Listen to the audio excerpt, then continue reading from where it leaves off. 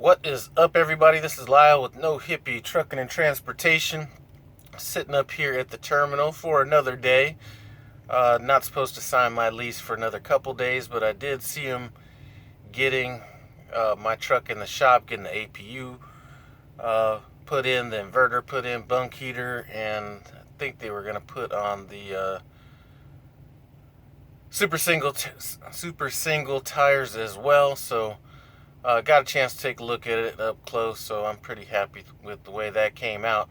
What I wanted to talk about today is this Prime Inc. lease. Now, this could apply to the regular lease or the ACE lease. Usually when people are stepping into the ACE lease, they kind of know what they're stepping into. So let's just say lease in general. But one thing that I want to let everybody know is your results may vary. Now, there have been a lot of people that I talked to that things have worked out very well with. As a matter of fact, there's another truck driver that should be in here sometime today that I know, or maybe today or tomorrow, that I know things are working out well for him, and that would be another YouTube channel by the name of JJ the Trucker.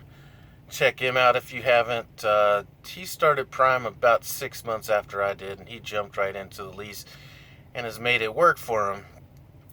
Another person that I speak with on the phone as well is trike rider trucker Curtis Barnes. Now, his experience hasn't been quite as flawless, and a lot of that, a lot of what happens with your success in these leases, has to do with you, and some of it is kind of beyond your control. In speaking with him and watching his videos and things like that, he really hasn't had the opportunity to put a good month run in. It seems like there's always something that is kind of, keeping that from happening, whether it's the APU going down or truck issues or, things like that. So he's kind of been having a little bit more of a challenging experience, let me say. Now, one thing that you can do to kind of offset that is definitely set up your emergency fund. Get some money put in there, and if you can get into a lease with a little bit of money behind you, that's going to take some stress off you as well, because these times when you're not driving, sort of like me, I'm sitting here, it's going to be about a week down and I'm just chilling, you know what I'm saying? When you don't have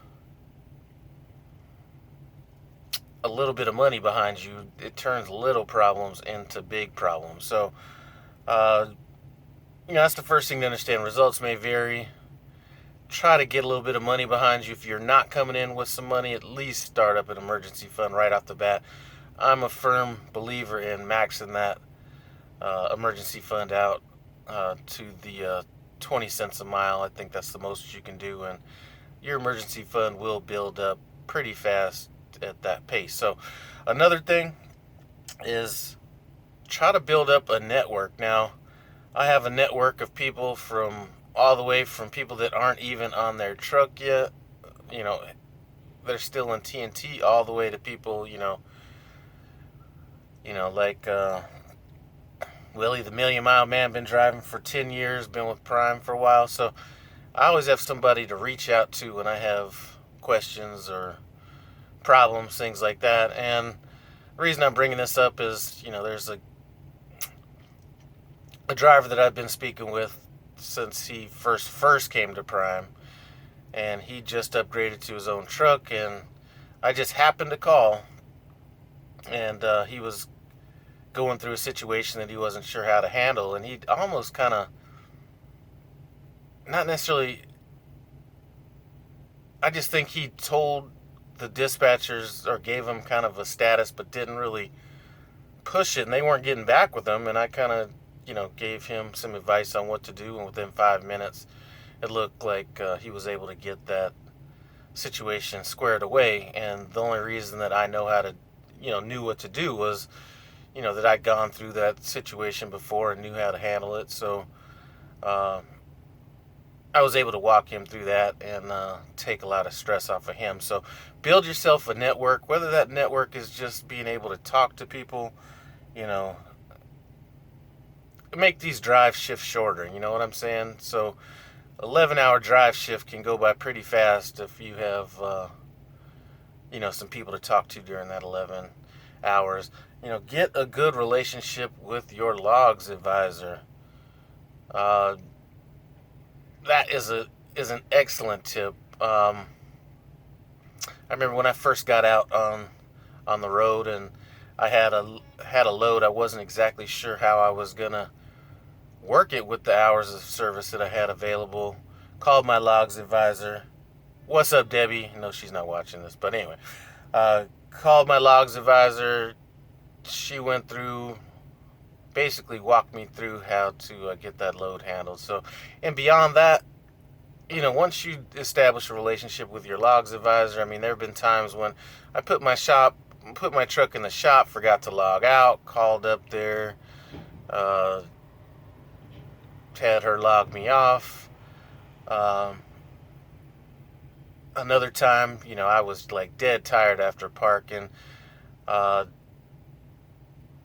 Put myself, I forgot to take myself on duty after the post-trip inspection and fell asleep in the driver's seat and woke up like 5 hours later still on duty. So just called her and she was able to handle that. Now I'm sure I could have went in there and edited the logs and did all that stuff. Personally, I try to stay as tight on my logs as possible, so I think I've edited my logs one time, and I've really only had an occasion one other time to have my logs updated, and like I said, my logs advisor handled that for me. So definitely get a good relationship with your log advisor.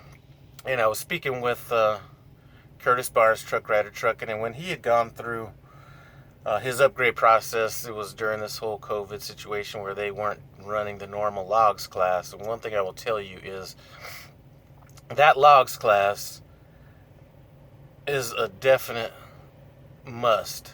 As a matter of fact, I'm not sure if they're still running that logs class now, but I will take that class again, because when it really comes down to it, your logs is your money. That is if you show me somebody that is having problems making money, sometimes, almost always, I'll be able to either look at it or listen to it from somebody else, and it's usually just a logs issue, more than anything. So definitely get on top of them logs. Get a relationship with your logs advisor. As a matter of fact, I came out of a relationship type business, so that's just the type of personality I have. So I just don't look at these people there to help me out. I also try to build relationships with them, whether it's, the payroll department. Had occasion to speak with the payroll department the other day. I had uploaded a trip sheet incorrectly, and it was basically telling me that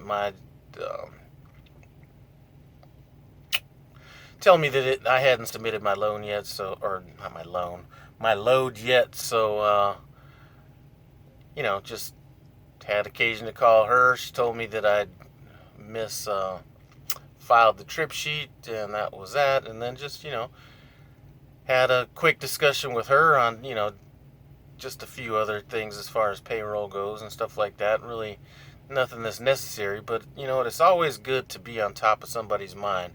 Same thing with the fleet manager. My fleet manager is not the type to be talking on the phone or anything like that all that much, but if somebody's doing a good job, or I like the stuff, if they send me a load, whether it's whether the load was specifically picked by them or however it works, I'm still unclear about this whole, sales, planners, and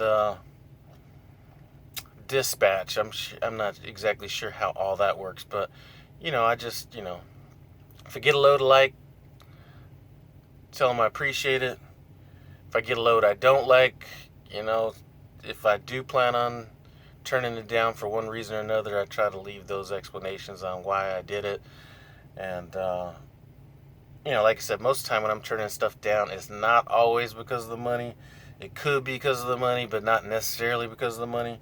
I think the most recent load I turned down, and I've only done like a handful of them total, so don't get the impression I'm out here just turning down a bunch of loads. But there was a load going from like Alabama to, kind of in where all those wildfires are going on in Northern California, and it just didn't make sense at what that load was paying. It may have made a lot of sense to a trainee type of a team, but the way I'm paying my co-driver, those really long loads for, I really have to watch out on those and make sure that they make sense from a financial standpoint for me. But those are just some tips. I mean, really think about this before you jump into this lease. I've kind of gone back and forth on what I think the best way to approach this is. I've seen people that have gone company to, stay company for a long time that went,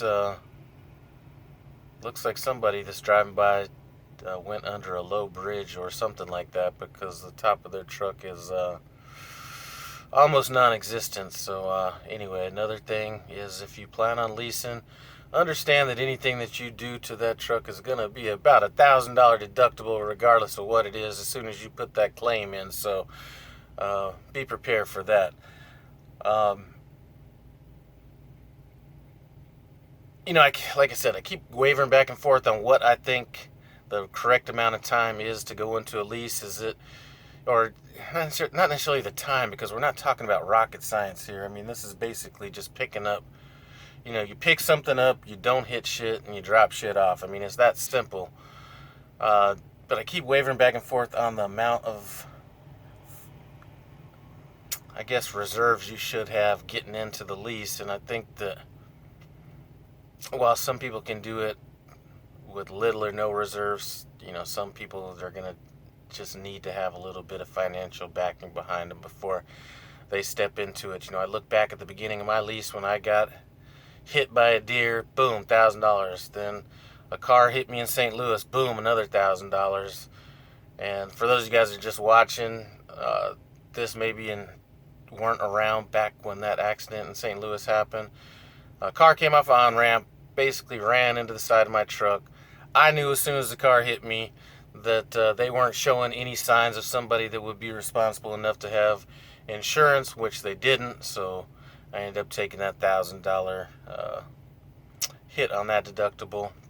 So, and I had to sit for a while my truck was getting fixed. So, had I came out and not had a little bit of money behind me, that could have been the difference between leasing and giving up, to be honest with you. So, what I will tell you is once you do get your feet on the ground in this lease, whether it's the regular lease or the ACE lease, once you get settled into it, you're definitely going to be making some good money.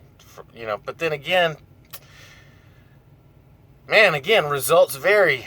So I can't even say that. I have had the occasion to talk to a couple drivers. Well, I spoke with a lot of drivers that have my fleet manager, but I just spoke with two recently, and one of my guys I talked to ended up having to have a meeting with the head dispatcher and my fleet manager to, get things kind of rectified. And then another driver that I spoke with was saying that, he's not really making any money. And I was able to listen to what he was saying and understand why he wasn't making any money. He was trying to basically run 5 days and take 2 days off, and sometimes that's just not gonna.